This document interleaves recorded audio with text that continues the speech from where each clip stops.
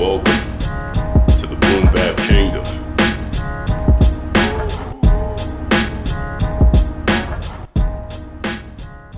Yo, peace and welcome to the Boom Bap Kingdom. We're here, we're chilling.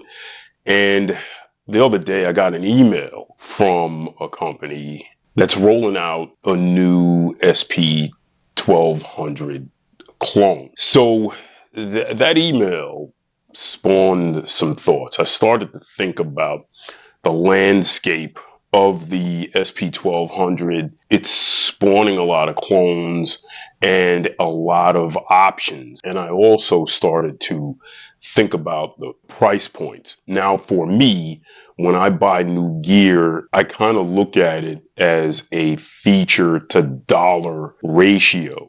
For me, a piece of gear has to perform a function that I can't necessarily perform currently or without that piece of gear. Same goes for software. So if I pick up a plugin or something like that, for me, it has to add value to my lab, my current setup. Now, with that being said, that hardware or software, obviously, there's a dollar amount attached to that. That dollar amount has to add up to a sum where the features correspond agreeably to that dollar amount. If something is overpriced based on the feature set, here are the features, this is what they want you to pay. This is how I approach buying new gear, new software, etc. If these are the features and this is what they want you to pay, then that for me makes perfect sense. If these are the features and this is what they want you to pay, then you have to, in my opinion, make a judgment call if this device or software is worth adding to the lab. So with all of that being said, I just want to kind of discuss the SP-1200 reissue from Rossum versus the Isla S2400, and now this new, if you haven't heard about it, the MKSrec1, which is in beta testing right now and will probably come out later this year. So the Rossum SP-1200, it's not all that different from the EMU SP-1200. Most noticeably, the differences are the addition of 10 extra seconds of sample time for a total of 20 seconds. They gave you a micro SD card slot, which is dope. There's a file system support for files, folders, etc. You didn't have that on the OG. But again, right, everything was self-contained to one diskette. So you didn't need that in those days. But nowadays, if you're storing your samples on an SD card, you need folders and some sort of file system. They've added that on the Rossum 1200. And they also included support for the HFE format, which is what the old discs, the OG discs used. So you can take an OG project and import it onto the new Rossum 1200. It still supports 12-bit linear data format. It's 26.04 kilohertz sampling rate. So you're going to get that OG sound. Now, this is where things get really interesting. The original SP-1200 had a chip in it known as the SSM-2044. That was the filter circuit in the original SP-1200. That circuit is responsible for the sound that we know and love. Obviously, that chip doesn't exist today. You'd have to go back in time to get that, you know. But even if you did, it's seriously limited to today's standard, right? So the company that made that chip, Sound Semiconductor, they worked with Rossum and they created a new analog filter circuit, and that board is the SSI 2144. That's what's in the new Rossum 1200. With that being said, Rossum and Sound Semiconductor both affirm that that chip has the same circuitry as the original SSM 2044. Therefore, in the new 1200, you'll get the same authentic sound as the original, the OG. Now that's important to take note of when we discuss the S2400 and the MKSrec1. They also, on the Rossum 1200, they included a updated LCD display. It has RGB functionality, which is red, green, blue. That means it's customizable. So you can change the color, the background color. It doesn't have to be that OG liquid LCD grayed out kind of display from back in the days. You can have that red background. You can make it, green, blue, whatever. It's kind of customizable to a degree. And it has, new brightness levels, etc. I think that's a dope addition. There are other new features compared to the original. And I'll just maybe throw a link in the description so you guys can do a deeper dive and check that out. But in a nutshell, those are like kind of the major takeaways between the original 1200 and the reissue from Rossum Electric. There are a couple of key points that I want to make and some takeaways. Obviously, you're going to get those legendary filters and that legendary sound. However, there are no internal effects in the unit. So if you're a person that wants reverb, compression, limiting, etc., delays, you're not going to get that in the reissue of the Rossum 1200. It's pretty much, you're going to get those filters, those classic filters. You'll get that 12-bit, 26 kilohertz sound, but you're not going to get compression, delay, limiting, etc., etc. No effects. Something worth mentioning about the 1200, which I find very interesting, is the parts are coming from America. According to Rossum's website, there are no foreign parts in that unit. And I believe that's part of the reason why he can ship it out so quickly. When you look at some other devices, most of these things are coming from foreign countries. Most of these samplers have parts in them that are manufactured in China. Importing those parts can be quite difficult, and that would lend to production delays. Whereas Rossum states all his stuff is coming out of the US. And when I did my own research for this video, I found that Sound Semiconductor is located in California, whereas Rossum Electric is also located in California. So if buying domestically, if supporting the US is important to you, that is important to note. The 20 seconds of sample time, file system support, the introduction of the micro SD card, the support for the old HFE disk file system so you can import your old projects, etc., etc. You're going to pay around $4,000 US for a current reissue of the Rossum SP-1200. So you have to ask yourself, am I willing to pay $4,000 for that vintage SP-1200 sound? A couple of years ago, before the reissue was announced,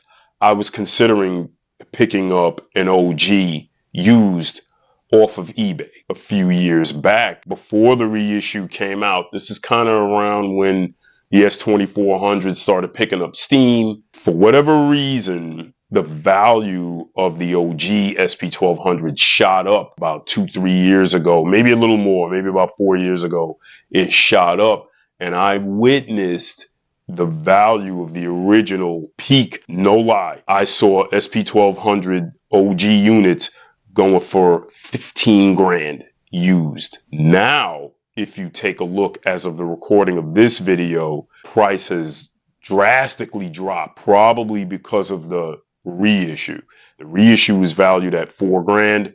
I've seen used OG units in the range of 2,300 to 8,000 US, more than a 50% drop in value. So that's just kind of important to note if you're a collector and you want to snatch up, an SP-1200 for more of a collection purpose and not actually a production purpose. The value has dropped.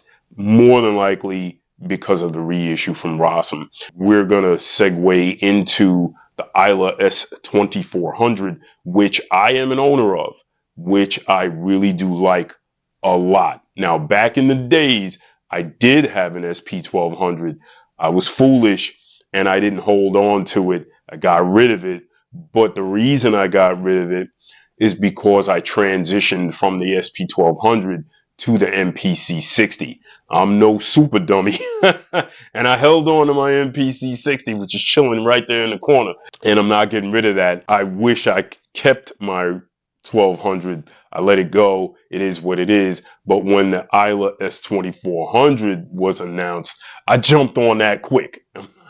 Not gonna lie, I was one of the guys who bought mine kind of early. It is a combination of the classic SP-1200 workflow with a modern workflow combined, but you still get that classic 1200 sound. Now let's talk about the 2400 real quick.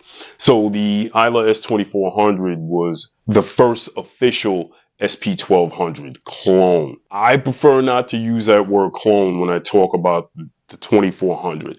I prefer to use the phrase or term inspired by the 1200.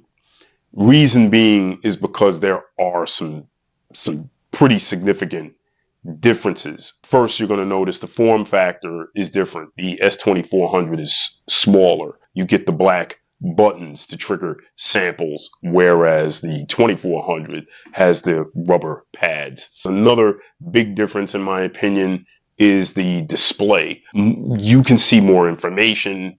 There's waveform sample editing. I prefer the 2400 display over the SP-1200 display. Let's get into the sound characteristics, the sample engine, etc., etc.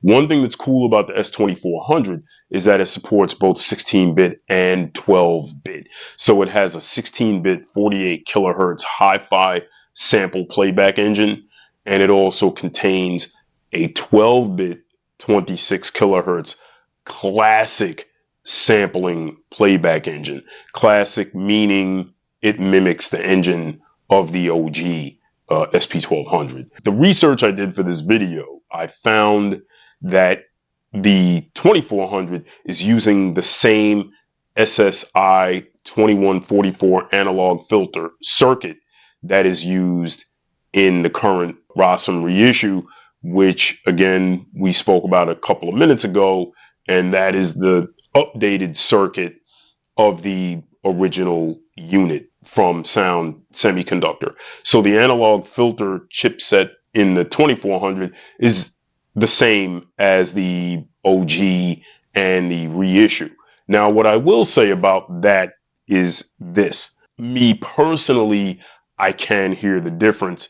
And the difference, in my opinion, is the 2400. You hear a slight lower end in the sample playback as opposed to the OG 1200 or the reissue. So I've noticed where the 2400 just has a little bit more bottom in the sample playback engine than the original. For me, that's not a big deal. 2400 also, to me, this gets interesting. The sample time is up to 21.5 minutes per sample slot if you're in classic / mono mode on those samples.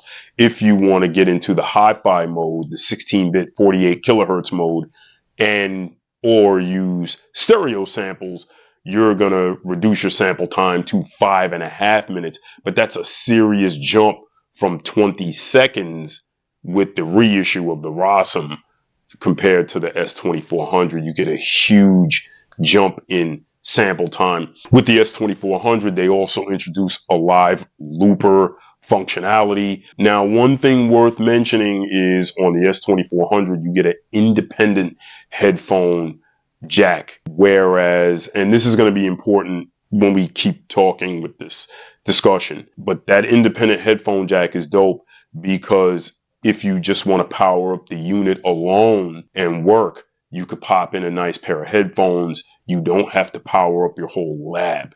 If you're like me and you have mixing boards, etc., or you have, maybe you have a nice interface and monitors, sometimes you don't want to power all that on, but you still want to work.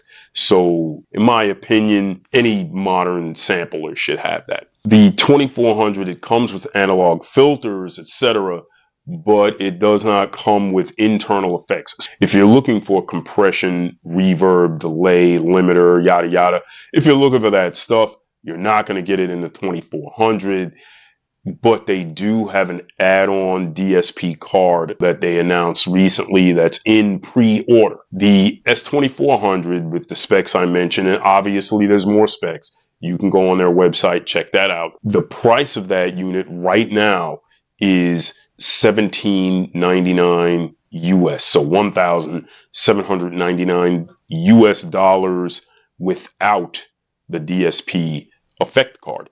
If you add the card, that's an additional $549 US dollars with the DSP card. So that's kind of important to note that the SP-1200, the S2400 don't just roll out with internal effects. That brings us into the MKSrec1. So as of today, it's in beta testing right now. However, I did a little research, and the specs that I'm going to reveal here, obviously they're subject to change because the unit is in beta testing. So the audio path they claim is the same as the OG.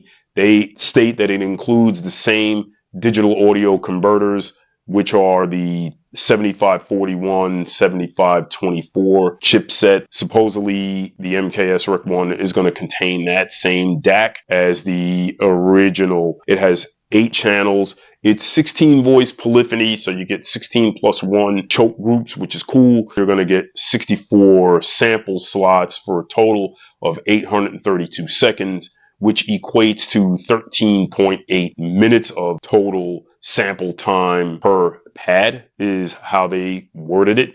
It has the 2 dynamic analog filters, uses the same circuitry, that SSI 2144 circuitry that we all know and love. Now they claim it has a limited cutoff, it has resonance controls, and it has 4 static analog low pass filters. So that's pretty dope that you're going to get a couple more low pass filters. They also claim it has up to 2 digital multimode filters per sample, and they have one with AHDSR. That's envelopes. If you're not familiar with AHDSR, that's going to be attack, hold, decay, sustain, and release. So that's pretty dope that it has this a hold. You could probably do some slick stuff with that. It has 2 gain envelopes per sample, similar to the OG, and then you have that AHDSR. They say it has a relative pitch functionality.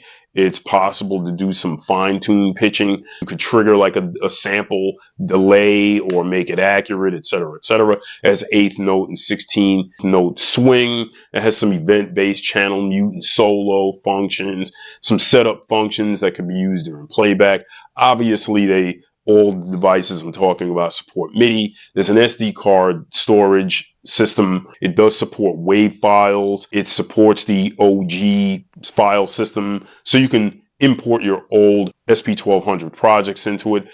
Balanced outputs, metal enclosure, yada yada. There's a bunch more. Some of that stuff probably subject to change. Now, one important thing to note about the MKSrec1, this is something I found, for me personally, a little disappointing, is that there is no headphone jack. They introduced that sampler to really be used in a lab, like a studio kind of environment. So the idea is you're connecting it, the outputs to your mixing board or your interface. You have to use your monitors, etc., etc. It's not like you could just power it on, pop in some headphones and get busy. You may be able to, maybe put a little Y splitter on the back of the main outputs and put a headphone, there, but there's no dedicated headphone jack, and there is no sample input monitoring. Whereas you get that on the 1200 and the S2400, you can monitor the sample input. The MKSrec1 does not have that, so that, as of at least the research I've done, stated it doesn't have sample input monitoring, and you do not get a headphone jack. In US dollars, the cost is estimated $2,441 US dollars. Obviously, with the fluctuation of the pound and US dollars, it's subject to change. But then when you add the VAT, taxes, and the shipping, it's going to push you around $3,000 for the MKSrec1 if you're in the States, which leads me to talk about software clones. SP-1200 OG sound is something you're looking for and you're on a budget. You may want to consider a VST or a standalone app. I found 3 that I could recommend. So the first plugin that I found that mimics the SP-1200 is a product called the SD2100 VST1 plugin. It comes from a company called Aquit Music, and that one is actually free, and it currently only runs in the Windows operating system. There is another VST that emulates the SP-1200, and that one is called the RX1200 by a company called Inphonic. That one is available in VST, AU, and AAX plugin. It runs in Windows, Mac, and Linux. So that's really cool. You got all the major operating systems covered, and it's only about $29 US dollars. I don't own the other ones, but I do own the one I'm about to talk about. It's called the SP, and I love the way they spell this. They spell it lowercase e SPI 1200.